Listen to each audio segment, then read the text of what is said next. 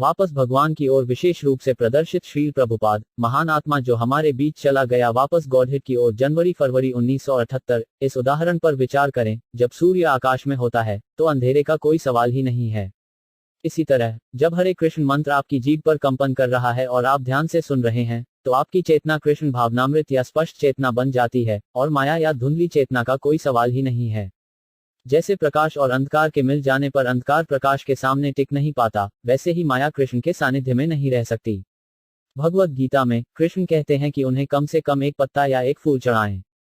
ऐसा नहीं है कि कृष्ण को फूल या पत्ते की जरूरत है। वह भरा हुआ है, उसे आपकी जरूरत नहीं है, लेकिन वह चाहता है कि आप उसके पास प्यार से आएं। इसलिए कृष्ण कहते हैं, बस अपनी सारी बकवास बंद करो और मुझे समर्पण करो। लोग सोच रहे हैं कि अगर उन्हें एक कार और एक अपार्टमेंट मिल जाए तो सब कुछ ठीक हो जाएगा, लेकिन समस्याएं अब भी वही हैं। फिर भी उन्हें मृत्यु, बुढ़ापा और बीमारी से गुजरना पड़ता है, तो सब कुछ कैसे संभालता है? वे इस स्पॉट लाइफ के संदर्भ में सोच रहे हैं। वे नहीं जानते कि वे शाश्वत हैं। शरीर कितने प्रकार के होते हैं, और वे नहीं जानते कि अगले जन्म में उन्हें किस प्रकार का शरीर धारण करना होगा। लेकिन अगर वे कृष्ण भावनामृत को अपना लेते हैं, तो सभी समस्याएं हल हो जाती हैं। एक बार श्रील प्रभुपाद ने कुछ बड़ी इमारतों को तोड़े जाने पर टिप्पणी की, उन्हें तोड़ा और फिर से बनाया गया है, इतने सारे मजबूत भवन। इसमें किसी भी तरह से कोई आनंद नहीं है, या तो उन्हें बनाने में या उन्हें तोड़ने में, कोई भी खुश नहीं है। यह एक छोटे बच्चे की तरह है, वह एक खिलौना पाकर खुश होता है और फिर उसे तोड़कर खुश होता है, लेकिन कोई वास्तविक खुशी नहीं है। या बस एक लड़के और लड़की की तरह, वे मिलन में एक साथ आते हैं और फिर वे अलग हो जाते हैं, तलाक हो जाता है। न तो मिलन में और न ही अलगाव में कोई वास्तविक सुख है। असली सुख कृष्ण के साथ मिलन और माया से अलग होना ब्रह्म है। कोई नहीं जानता कि प्यार क्या है। जैसे ही आप प्यार कहते हैं, एक व्यक्ति होना चाहिए। हमें अवैयक्तिक प्रेम का कोई अनुभव नहीं है। हर कोई सार्वभौमिक प्रेम और भाईचारे के बारे में बड़े बड़े शब्द बोलता है, बस शब्द बाजीगरी, लेकिन किसी को भी व्यक्तिगत एहसास नहीं होता है। प्रेम का अर्थ है देना। मैं कुछ देता हूं और तुम बदले में कुछ देते हो। ऐसा नहीं है कि आप कृष्ण को सिर्फ एक फूल और पत्ता दे सकते हैं और $100 अपने पास रख सकते हैं। यदि आप ऐसा करते हैं, तो वह बदले में आपसे प्रेम नहीं करेगा, वह बहुत चतुर है। लेकिन अगर आप कृष्ण को सब कुछ देते हैं, तो वे आपको बुद्धि देंगे जिससे आप उनके पास वापस आ सकें। लोग इसे अद्भुत समझते हैं कि कृष्ण की 16,000 पत्नियां थीं। एक साधारण आदमी के लिए 16 पत्नियां रखना बहुत कठिन है, लेकिन ईश्वर सर्वशक्तिमान है। 16,000 पत्नियां क्यों? उसकी 16 मिलियन या 16 अरब पत्नियां हो सकती थीं। लेकिन मूर्ख कहते हैं कि यह सब कल्पना है कि उसकी 16,000 पत्नियां हो सकती थीं। जैसा कि कृष्ण भगवत गीता में कहते हैं, मूर्ख और दुष्ट मेरे मानव रूप का उपहास करते हैं, वह अकल्पनीय है। उन्हें अध्यात्म की कोई जानकारी नहीं है। वे भौतिक रूप से कृष्ण के बारे में सोचने की कोशिश करते हैं, लेकिन वे अकल्पनीय हैं। तो वे कहते हैं कि उनका अस्तित्व नहीं है, कि वे अवैयक्तिक हैं। वे कहते हैं कि आकाश कृष्ण से बड़ा है क्योंकि यह रूप से सीमित नहीं है। लेकिन वे नहीं जानते कि कृष्ण के मुख में लाखों आकाश हैं। वे सोचते हैं कि यह सब कल्पना है, लेकिन वह बस अकल्पनीय है। आपको यह स्वीकार करना होगा।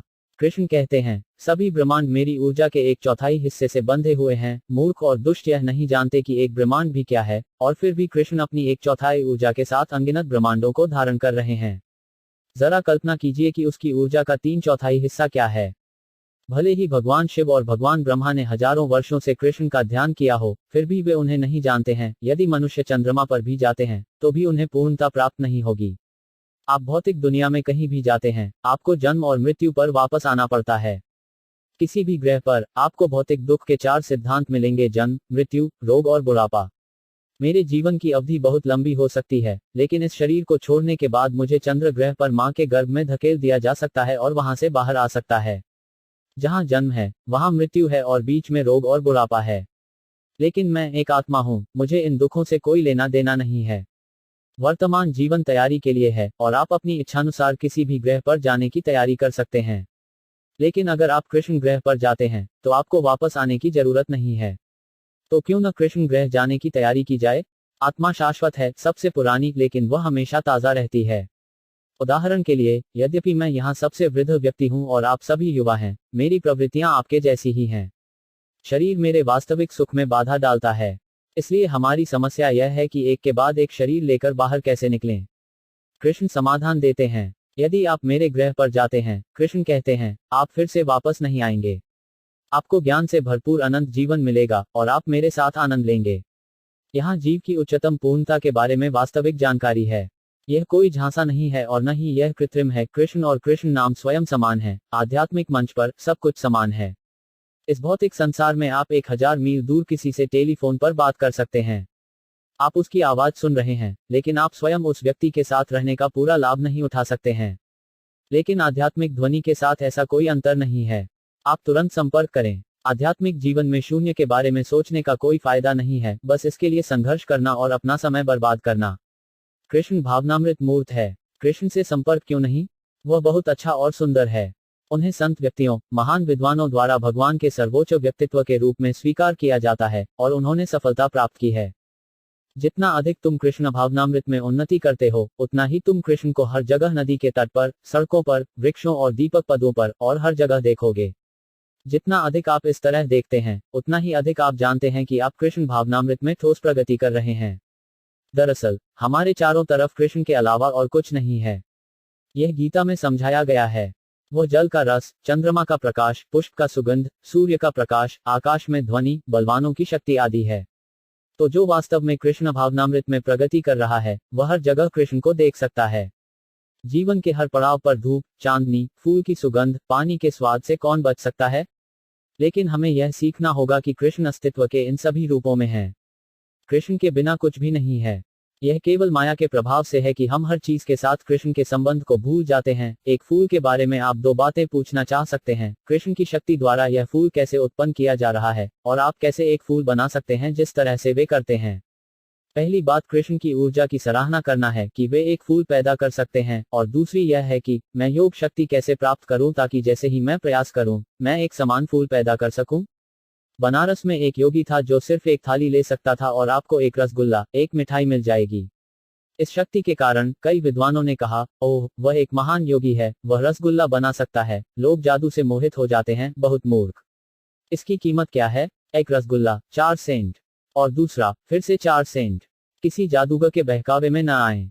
वह बहुत सी चालें खेल सकता है, लेकिन वह पूर्णता नहीं है। बस कृष्ण के साथ अपने शाश्वत संबंध को पुनर्जीवित करने का प्रयास करें। भगवान के सामने कोई क्या जादू दिखा सकता है? मन और बुद्धि को शुद्ध करो और शरीर स्वतः शुद्ध हो जाता है।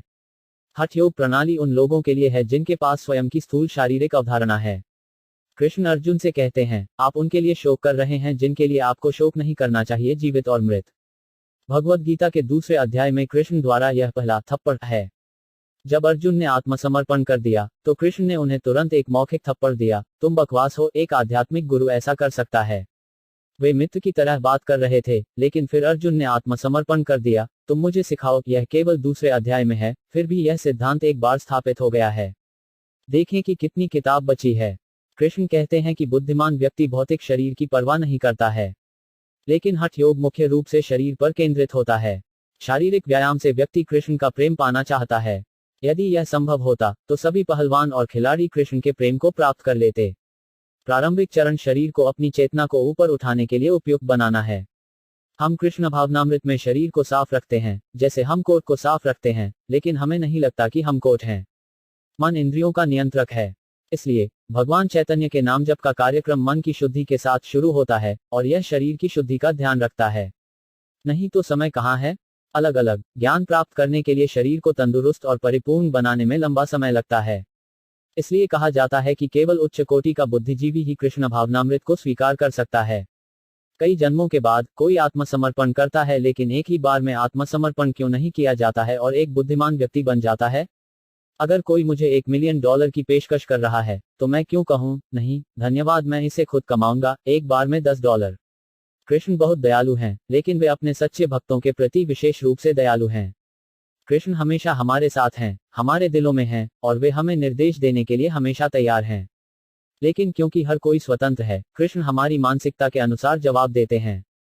यदि कोई स्वेच्छा से कृष्ण की इच्छा में सहयोग करता है, तो कृष्ण बहुत उत्सुकता से उसकी पुकार का उत्तर देते हैं। कृष्ण हमें भगवद गीता सिखाने के लिए अवतरित होते हैं, हमारे सहयोग की भीख मांगते हैं, और जो कोई भी उनके साथ सहयोग करता है वह धन्य है। यदि आप वास्तव में कृष्ण को चाहते हैं, तो आप उन्हें शीघ्र ही प्राप्त कर लेंगे।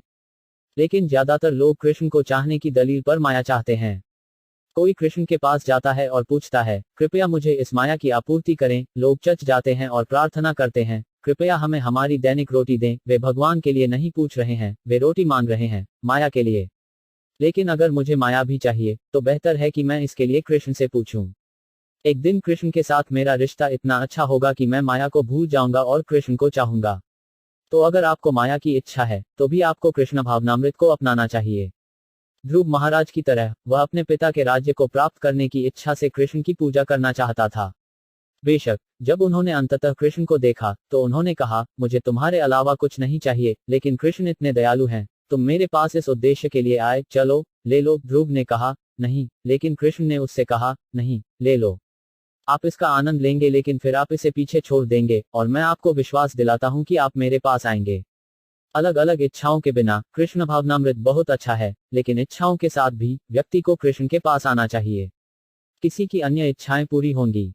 यदि कोई कृष्ण भावनामृत के अलावा किसी मार्ग का अनुसरण करता है, तो उसकी अलग अलग इच्छाएं पूरी हो सकती हैं, लेकिन उसे कृष्ण नहीं मिलेगा। किसी ने पूछा, कृष्ण भावनाभावित व्यक्ति का दूसरों के प्रति क्या दृष्टिकोण है? श्रील प्रभुपाद ने उत्तर दिया, वे सभी को कृष्ण के अंश के रूप में देखते हैं। कृष्ण भावनाभावित व्यक्ति सोचता है, वे कृष्ण को न जानने से पीड़ित हैं, तो मैं उन्हें कृष्ण के पास ले आता हूं, यह सर्वोच्च सेवा है। हर कोई पीड़ित है, इसलिए कृष्ण भावनामृत में कार्य करना सर्वोच्च सेवा है। आखिरकार, वे कृष्ण से वैराग्य के कारण पीड़ित हैं। कृष्ण भावनामृत कभी बूढ़ा नहीं होता, वह सदा ताजा रहता है। क्या आप 5000 साल पुरानी किसी किताब के बारे में जानते हैं जो भगवत गीता की तरह ताजा है? आध्यात्मिक समझ में जियो और तुम कभी फीके नहीं पड़ोगे। कुछ कृत्रिम करने की कोशिश मत करो। कृष्ण यह नहीं कहते हैं, वेदांत का अध्ययन करके योग्य होने के बाद मेरे पास आओ। वह कहते हैं, आओ जैसे तुम हो, बस समर्पण करो। और आपको कहना चाहिए, कृष्ण, मैं आपको आत्मसमर्पण करता हूं। कृष्ण कोई शर्त नहीं रखते हैं। वह यह नहीं कहते, हाँ, यदि आप जिम्नास्टिक और वेदांत में पाठ्यक्रम कर चुके हैं और एमए प्राप्त कर चुके हैं तो आप आत्मसमर्पण कर सकते हैं। यह सब बकवास है। बस समर्पण। जितना अधिक आप समर्पण करते हैं, उतना ही आप आगे बढ़ते हैं। यदि आपने ईमानदारी से समर्पण नहीं किया है, तो आप बिंदु से चूक रहे हैं। मैंने तुम्हें रहस्य बता दिया है, अब अपना चुनाव करो। कृष्ण सभी का मार्गदर्शन कर रहे हैं। हमें असीमित जीवन, असीमित सुख, असीमित ज्ञान चाहिए, लेकिन सशर्त जीवन में यह संभव नहीं है। भौतिक स्थिति से मुक्ति की सिफारिश की जाती है। यदि आप भौतिक बंधनों से मुक्त होना चाहते हैं, तो पहला नुस्खा यह है कि आपको किसी महात्मा के पास जाना चाहिए। महात्मा का अर्थ है जिसके हृदय और मन और जीवन का विस्तार हो। भगवत गीता सेवा की सिफारिश करती है, आपको उस व्यक्ति के पास जाना होगा जो भौतिक जीवन के चंगुल से बाहर निकलने का विज्ञान जानता है, और फिर आपको पूरी तरह से उसके सामने आत्मसमर्पण करना होगा।